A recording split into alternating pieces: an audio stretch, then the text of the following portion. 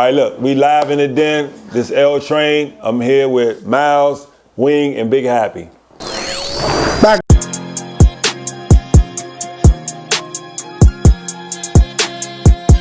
Sure was, So now that we back live, Lonnie in the gates. You didn't play that much in the gates on my watch. Because you was up and down that road, up New York, getting that money, like you supposed to. Right, boy. No, I'm talking about playoffs though. I missed a lot. Yeah, he missed a lot of games. A lot of playoffs. He missed a lot of games, a lot of big games. The AN1. When did AN1? Unless somebody got something before me. No. I ain't playing the playoffs at the Rucker either. I never played the playoffs at the Rucker either. 2004 AN1. Because that's when trials be starting, like NBA camps and all that stuff. That was the first AN1? No. When did you get a phone call from AN1? So I played against AN1 when the All-Star game was in DC. Okay. I played against him at GW. That was 2001. So 2001? Yeah, because I was at So I played against him at GW. And I took little Muhammad with me on Museum. Y'all know Muhammad had game, right? Yeah. Shorty was serious. I'm talking about ridiculous. Museum, Muhammad. Shorty was serious. I took him with me. They got it on the AN1 tape. So when I did that, excuse me, thanks. When I did that, they tried to sign me there. I was like, I'm not playing in this. I'm trying to go to the league. So that's when I was heavy in that circuit trying to get in the league. So after that, when I went to the D League had Reeboks. Reebok's horrible. I couldn't even wear them in college. When I first went to Northeastern, they had Reebok. I got a doctor's note because they flat foot shoes, and my arch started being sore, and I never had no problem with my feet. So I started wearing Nikes. I got a note from the doctor. So they was wearing Reeboks. I was wearing Nikes. How the fuck you pull that off? Because I went to the doctor. They got a straight up joint saying they couldn't get them shoes. Northeastern couldn't get you no motherfucking arch custom art? I ain't want no Reebok. Oh, okay. I ain't want no Reebok. So when we got to the D League, it was the same thing. So I was wearing Adidas, and they was fining me for it.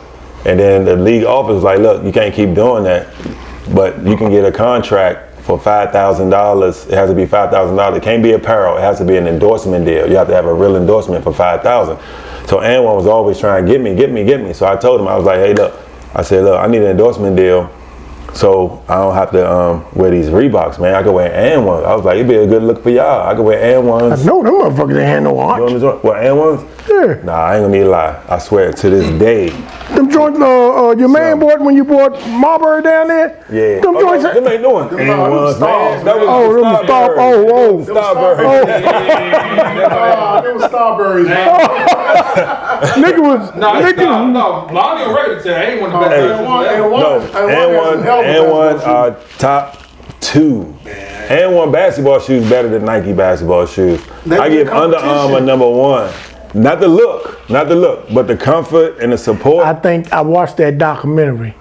I think once they got that sneaker contract, I think what was the second time that they had to go back to the drawing board, and then they really started making a quality shoe. Made a quality shoe. The first shoe was garbage. Yeah, it was just that look, it was hard, all that. Okay. Yeah, but they shoes are legit good. I mean, nah, bro, Kenny Anderson, I'm sorry. So when I called them and told them that, they sent the contract straight to the NBA office.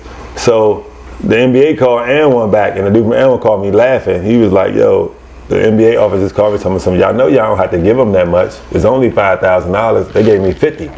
I used to wear the shoes in the D League, and they used to send that shit. I used to have, my whole apartment was boxes. I used to get that shit to my teammates. I'd take boxes to the game and give it to the kids after the game. And we had the biggest crowd. We had the biggest crowd in the D League. And my teammates was getting called up, but I was leading the team in every category. So I'm trying to figure out, like, what's going on. So I wound up just like, I got fed up. We was playing against Jeff Malone's team in Georgia. No, I was playing for Jeff Malone. I switched teams from Huntsville to Georgia. And I was playing with Jeff Malone in Georgia. And it was a scout from Indiana there. He used to be the head coach of Atlantic City Seagulls in the USBL with me, Kirk, Greg Jones, Moochie. All us played on the team together. And they won the championship. They had a mob. Terrible team, man. Be honest with you. Our team was terrible? Atlantic City Seagulls. No, they won a chip. That's what Mike Lloyd, and they had the big 7-foot dude, and they had my guy from New York too. They was killing everybody. They're gonna play for the Lakers and play for the Bombs. The one that Larry had. Yeah, a kid. No, this is way before him. This is a big old strong. No, they're the 7-foot strong dude. 7 foot. Yeah, big strong. Not big the head, African 7 foot. nigga. Yeah, Not the African dude. Not Attila, whatever. Yeah, that's his name. Attila. Yeah, that's not him.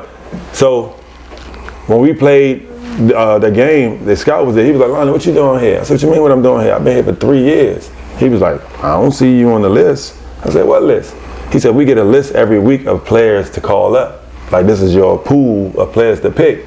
He said, I seen you play. I know you should be on here. I was like, are you serious? He was like, yeah.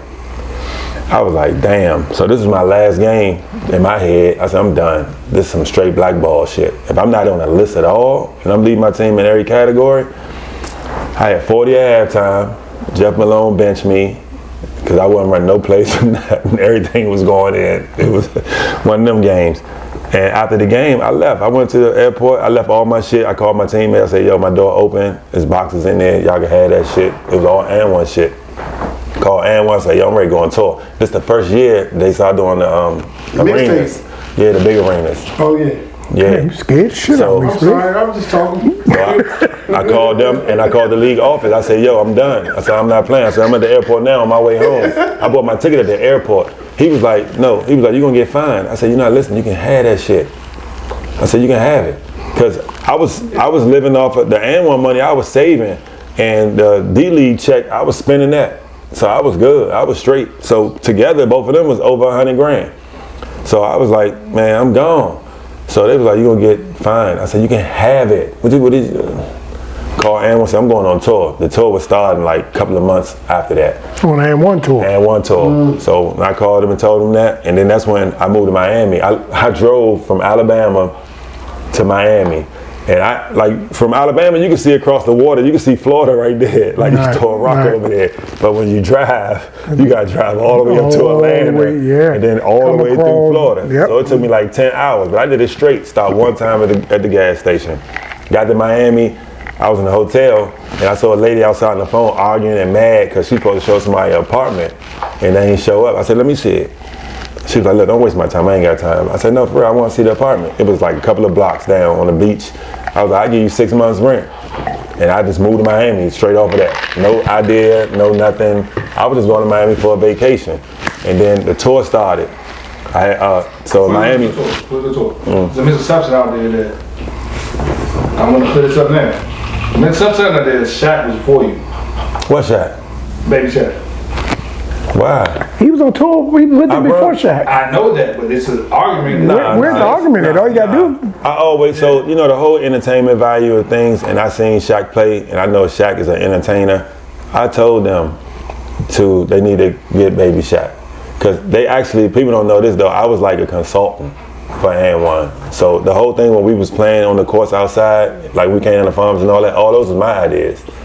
That was me to do a whole nother thing. Because they had cameras following all us around, and me and AO used to be together all the time.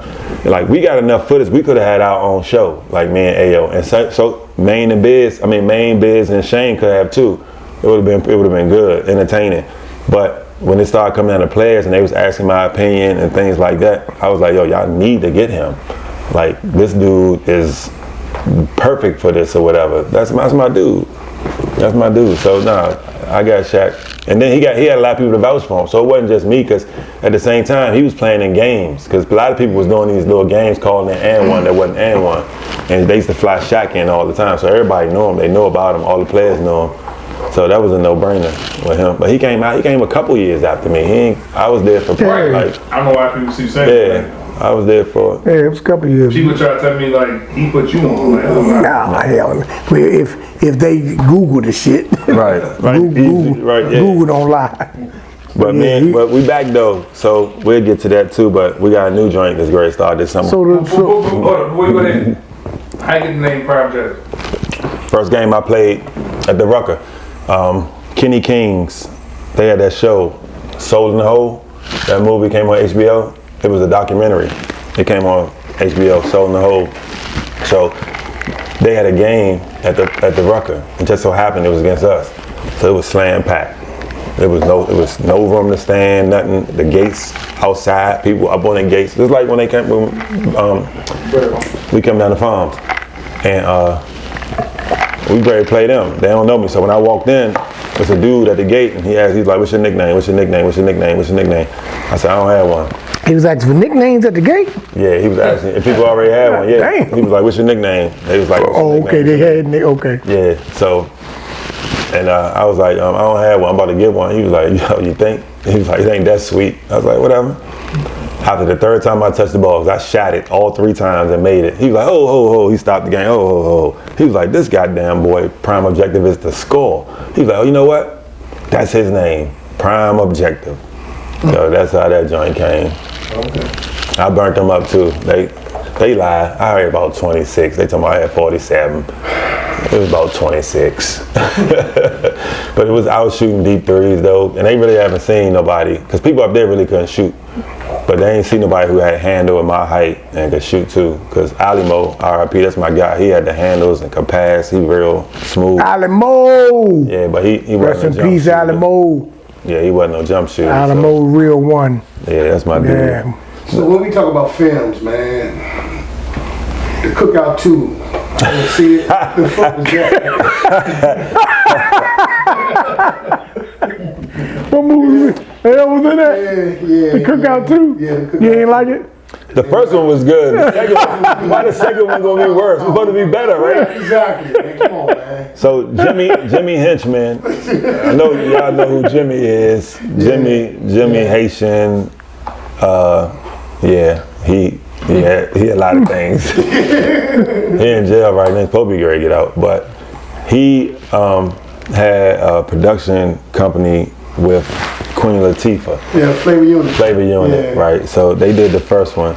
So the second one, they hit me up and was like, yo, I want you to be in the joint, and then I need some players. So I got everybody. I got White Chocolate. I put all my guys on. I got Panther Rock. I got all them dudes. Jaden Rose was in it. It was great filming it, but when that shit came out, it felt like I did it with the Boost Mobile flip joint. No quality or nothing. It would have been good, but the quality just was horrible. And I'm gonna tell you another thing. I'm sorry, Wayne, my fault. What? I watched this motherfucker at least 10, 20 times. And I swear to God, I only seen you in. You ain't got no cable, I guess you. Yeah, man, fuck that. I seen That's it what I was going with. on Netflix, man. I'm about to go with that. Listen, Oh, I yeah. seen the movie What is this? 300 times. 300? 300 times. And I only see this nigga in the credits at the end of the movie. Now, he was in the Nah, I was in there like 3 times. Nah, I was in there like 3 times. Little cameos. You talking about the Adam Sandler joint? Yeah. No, I saw Lonnie in there. I was in there like 3 times.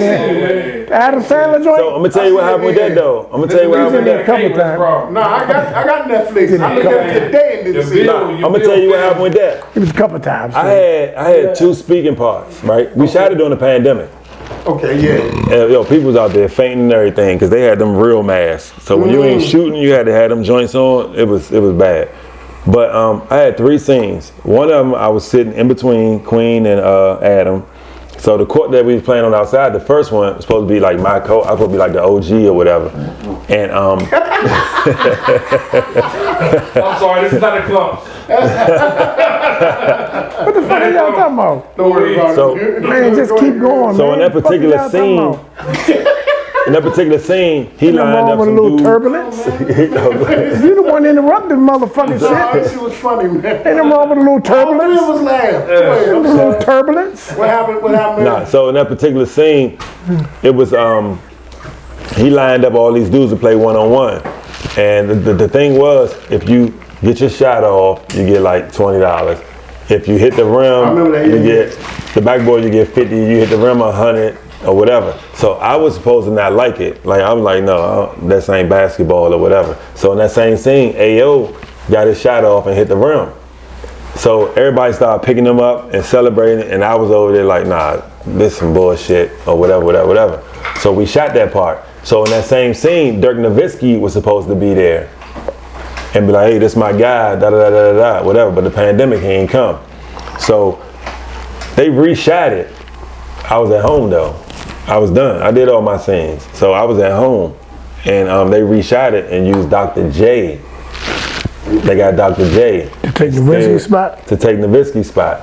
So when they redid it, they redid the whole thing. And I got an email. They sent me an email, be like, so sorry, your parts got X because we had to reshoot this, and this.